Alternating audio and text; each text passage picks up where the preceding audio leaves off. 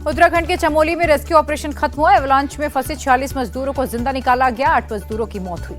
चमोली में ITBP, army, NDRF, SDRF का संयुक्त रेस्क्यू ऑपरेशन 3 दिनों तक चला। ऑपरेशन में थर्मल इमेज कैमरों की भी ली गई है मदद। पीएम मोदी ने सोमनाथ मंदिर में पूजा की। कहा, मैंने संकल्प लिया था महाकुंभ खत्म होने के बाद द्वादश ज्योतिर्लिंग में से प्रथम ज्योतिर्लिंग श्री सोमनाथ की पूजा करूंगा। पीएम मोदी ने कहा, जामनगर में वनतारा पशु संरक्षण केंद्र का भी दौरा किया। मुकेश अंबानी अपने परिवार के साथ वहां पर रहे मौजूद। गुजरात दौरे पर केंद्रीय गृह मंत्री अमित शाह विजापुर के सेठ जीसी हाई स्कूल में विद्या भवन और सांस्कृतिक भवन का किया उद्घाटन। कल दिल्ली के भारत मंडपम में गृह मंत्री अमित शाह डेयरी क्षेत्र में सस्टेनेबिलिटी और सर्कुलेटरी पर कार्यशाला का करेंगे उद्घाटन। जहानाबाद में आरजेडी प्रमुख लालू प्रसाद यादव का दावा। कहा, बिहार में बनेगी आरजेडी की सरकार। लालू यादव के बयान पर बिहार बीजेपी चीफ दिलीप जायसवाल ने कहा, बेटे तेजस्वी के लिए परेशान है लालू। बिहार में फिर से बनेगी एनडीए की सरकार। तेजस्वी यादव के खटारा सरकार वाले बयान पर केंद्रीय मंत्री गिरिराज सिंह का पलटवार। कहा, बिहार सरकार खटारा नहीं बल्कि नीतीश की सोच और मोदी के समर्थन वाली सरकार है। जेडीयू सांसद संजय कुमार झा बोले, बिहार में सीएम नीतीश के चेहरे पर एनडीए चुनाव लड़ेगा। विपक्ष एनडीए को लेकर इतना चिंतित क्यों है? बसपा संगठन में मायावती ने किया बड़ा बदलाव। भतीजे आकाश आनंद को सभी पदों से हटाया। कहा, मेरी आखिरी सांस तक कोई उत्तराधिकारी नहीं होगा। मायावती ने छोटे भाई आनंद कुमार को बनाया नेशनल कोऑर्डिनेटर। राज्यसभा सांसद रामजी गौतम को भी नेशनल कोऑर्डिनेटर की जिम्मेदारी दी गई। मायावती ने आकाश आनंद को हटाने की बताई वजह। कहा, आकाश आनंद के ससुर पार्टी कमजोर कर रहे थे, उन्होंने आकाश का करियर खराब किया। आकाश आनंद को हटाए जाने पर बीजेपी सांसद दिनेश शर्मा बोले, मायावती परिपक्व नेता हैं, पार्टी के लिए क्या भला बुरा है ठीक से समझती हैं। यूपी कांग्रेस अध्यक्ष अजय राय बोले, मायावती पारिवारिक समस्याओं में फंस गई हैं, अब वो घर के कुनबे को बचाने में लगी हैं।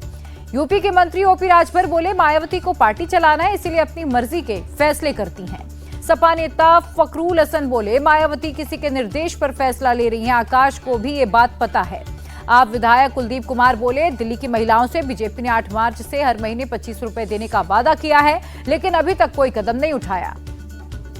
दिल्ली के मंत्री कपिल मिश्रा बोले, कल सदन में कैग रिपोर्ट पर होगी चर्चा, महिलाओं से 25 रुपए का वादा भी पूरा होगा।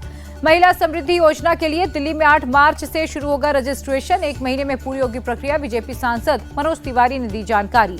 विधानसभा सत्र को लेकर मनोज तिवारी का आम आदमी पार्टी पर अटैक। कहा, आपके विधायक कभी नहीं चाहेंगे सत्र चले, उन्हें दिल्ली के काम से कोई मतलब नहीं है। दिल्ली बीजेपी दफ्तर में बीजेपी पूर्वांचल मोर्चा की तरफ से अभिनंदन कार्यक्रम। सीएम रेखा गुप्ता, प्रदेश अध्यक्ष वीरेंद्र सचदेवा, सांसद मनोज तिवारी को मखाने की माला पहनाई गई। कार्यक्रम में बोली सीएम रेखा गुप्ता, 27 साल बाद दिल्ली में जीत मिली है, ये जीत सालों की तपस्या और समर्पण का नतीजा है। दिल्ली बीजेपी चीफ वीरेंद्र सचदेवा बोले, आपने अपनी चोरी छिपाने के लिए कैग रिपोर्ट पेश नहीं की थी। वीरेंद्र सचदेवा बोले, 3 साल का टारगेट है, लेकिन उससे पहले ही यमुना नदी की सफाई होगी, यमुना रिवर फ्रंट बनेगा।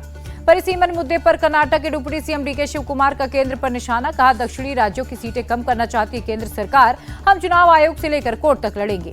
केंद्रीय मंत्री एचडी कुमारस्वामी बोले, परिसीमन को लेकर अभी कुछ भी कहना जल्दबाजी, गाइडलाइंस आने के बाद ही मैं कुछ कह पाऊंगा। सीपीआई लीडर डी राजा बोले, दक्षिणी राज्यों में परिसीमन किस आधार पर हो रहा है, केंद्र सरकार को यह बताना चाहिए। डीएमके प्रवक्ता सरवड़न अन्नादुरई बोले, अगर जनसंख्या के आधार पर परिसीमन होगा तो ये दक्षिणी राज्यों के साथ अन्याय है। तमिलनाडु के थेनी में आईएडीएमके महासचिव के पलानी स्वामी ने रैली की। कहा, एमके स्टालिन को सीएम बने 4 साल हो गए, लेकिन थेनी के लिए एक भी काम नहीं किया। कल से शुरू होगा महाराष्ट्र विधानसभा का बजट सत्र, 10 मार्च को पेश होगा बजट सत्र से पहले महाराष्ट्र सरकार ने टी पार्टी आयोजित की। विपक्ष ने टी पार्टी का बहिष्कार किया। महाराष्ट्र के सीएम और दोनों डिप्टी सीएम ने संयुक्त प्रेस कॉन्फ्रेंस की। अजित पवार बोले, सदन को सुचारू रूप से चलाने की कोशिश करेंगे। प्रेस कॉन्फ्रेंस के दौरान तीनों के बीच हंसी ठहाके। एकनाथ शिंदे ने कहा, मैंने और देवेंद्र फडणवीस ने कुर्सी बदली, लेकिन अजित पवार की कुर्सी फिक्स है।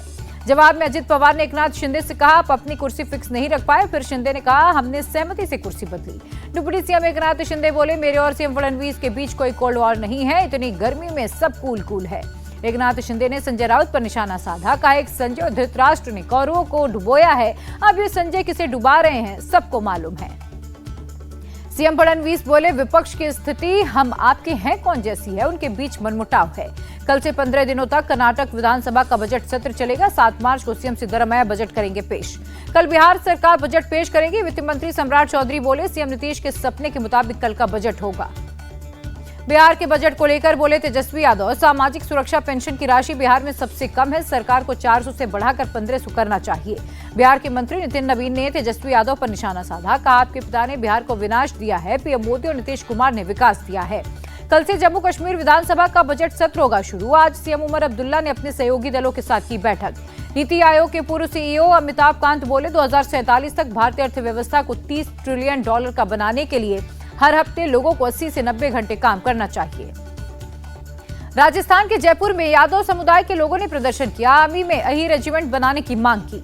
सेबी की पूर्व अध्यक्ष माधवी बुच की मुश्किलें बढ़ी, कथित शेयर बाजार धोखाधड़ी मामले में मुंबई की विशेष अदालत ने केस दर्ज करने के आदेश दिए। यूपी कांग्रेस चीफ अजय राय का बीजेपी और आरएसएस से सवाल, मोहन भागवत ने महाकुंभ में स्नान क्यों नहीं किया, मैं कांग्रेस पार्टी के प्रतिनिधि के रूप में शामिल हुआ था। शिवसेना यूबीटी सांसद संजय राउत बोले बीजेपी पहले डिप्टी सीएम एकनाथ शिंदे से सवाल पूछना सिखाए, उनके सवाल में एनडीए के नेता एक्सपोज हो जाते हैं। संजय राउत ने एकनाथ शिंदे से पूछा सवाल, मोहन भागवत, सीएम फडणवीस या महाराष्ट्र के कितने मंत्री महाकुंभ में शामिल हुए। शिंदे ने उद्धव ठाकरे के शामिल नहीं होने पर सवाल उठाए थे। यूपी के संभल के एसपी के विश्नोई बोले प्रयागराज के त्रिवेणी संगम का जल वंश गोपाल तीर्थ, कुरुक्षेत्र मंदिर, चंदौसी, नैमिषारण्य तीर्थ, तीर्थ रोड मंदिर, हयातनगर के कुंड में छोड़ा जाएगा, वहां से लोग जल ले जा सकते हैं। त्रिवेणी संगम का जल संभल ले जाए जाने पर बोले सपा सांसद अवधेश प्रसाद, योगी सरकार जनहित के मुद्दों से ध्यान हटाना चाहती है। सांसद अवधेश प्रसाद बोले यूपी में कानून व्यवस्था की स्थिति भयावह है, किसान तबाह हैं, युवा बेरोजगार हैं। हिमाचल के डिप्टी सीएम मुकेश अग्निहोत्री का जयराम ठाकुर पर पलटवार, कहा हमारे कुंभ जाने पर आपत्ति क्यों, जितने धार्मिक वे हैं उतने धार्मिक मैं भी। एमपी के सीएम मोहन यादव भोपाल के इस्कॉन मंदिर गए, श्री राधा गोविंद मंदिर का भूमि पूजन किया। भूमि पूजन के बाद सीएम मोहन यादव बोले श्री कृष्ण का मोर मुकुट प्रेम और सम्मान का संदेश देता है। सीएम मोहन यादव किसान आभार सम्मेलन में शामिल हुए, किसानों को 5 रुपए में बिजली का स्थायी कनेक्शन देने का ऐलान किया। मोहन यादव बोले पीएम मोदी के नेतृत्व में लगातार हम किसानों के हित में पॉलिसी बना रहे हैं। एमपी के राजगढ़ में मंत्री प्रहलाद सिंह पटेल का विवादित बयान, कहा लोगों को सरकार से भीख मांगने की आदत हो गई है। प्रहलाद पटेल के बयान की कांग्रेस नेता उमंग सिंगार ने निंदा की, कहा जनता का काम करना मंत्रियों की जिम्मेदारी होती है।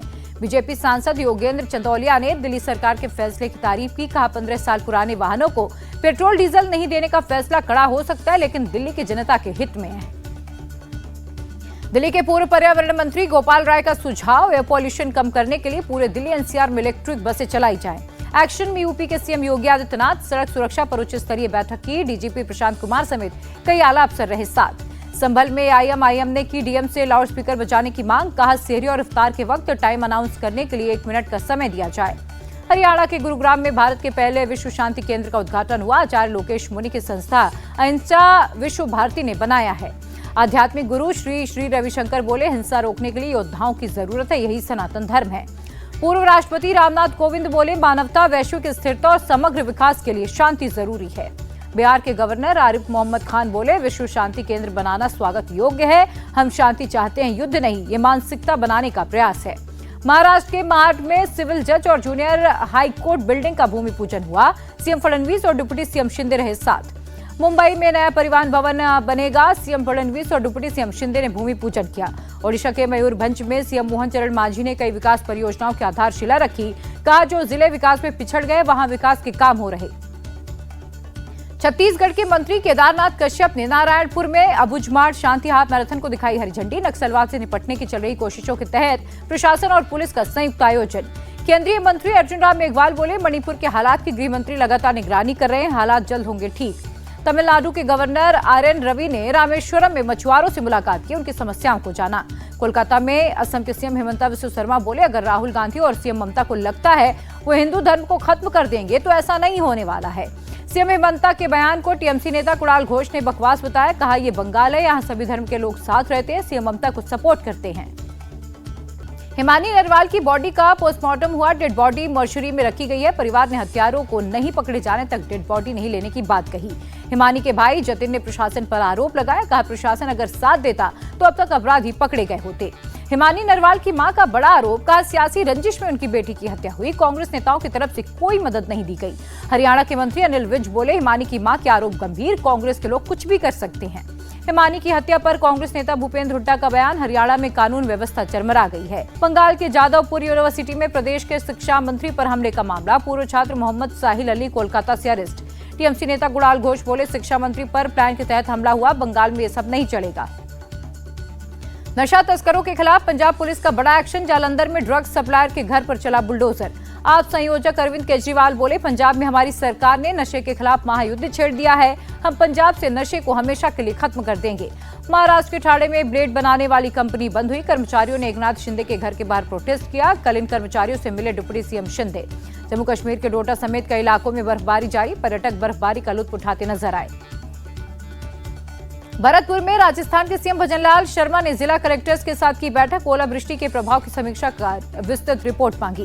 तेलंगाना के नागर कुरनूल टनल हादसे में फंसे मजदूरों का रेस्क्यू ऑपरेशन जारी। 22 फरवरी को सुरंग का एक हिस्सा ढह जाने से फंसे 8 मजदूर। तेलंगाना के सीएम रेवंत रेड्डी ने घटनास्थल का दौरा किया, अधिकारियों से टनल हादसे और रेस्क्यू ऑपरेशन की जानकारी ली। राइटर तस्लीमा नसरीन बोली, बांग्लादेश पर जमाते इस्लामी और जिहादियों ने कब्जा कर लिया है, वो इतिहास को खत्म कर रहे हैं। रूस यूक्रेन युद्ध पर बोले, ब्रिटेन के पीएम कियर स्टारमर फ्रांस और यूक्रेन के साथ मिलकर पीस डील तैयार करेंगे और उस पर अमेरिकी प्रेसिडेंट ट्रंप से बात करेंगे। चैंपियंस ट्रॉफी में भारत ने पहले बल्लेबाजी करते हुए न्यूजीलैंड को 250 रनों का टारगेट दिया। भारत ने 9 विकेट खोकर बनाए हैं 249 रन। श्रेयस अय्यर ने 79 और हार्दिक पांड्या ने 45 रनों की पारी खेली। कैप्टन रोहित ने 15 और विराट ने मात्र 11 रन बनाए। न्यूजीलैंड के मैट हेनरी ने 5 विकेट लिए। 250 रनों के टारगेट का पीछा करते हुए न्यूजीलैंड ने अब तक 5 विकेट खोकर 151 रन बनाए। केन विलियमसन 70 रन बनाकर क्रीज पर मौजूद हैं।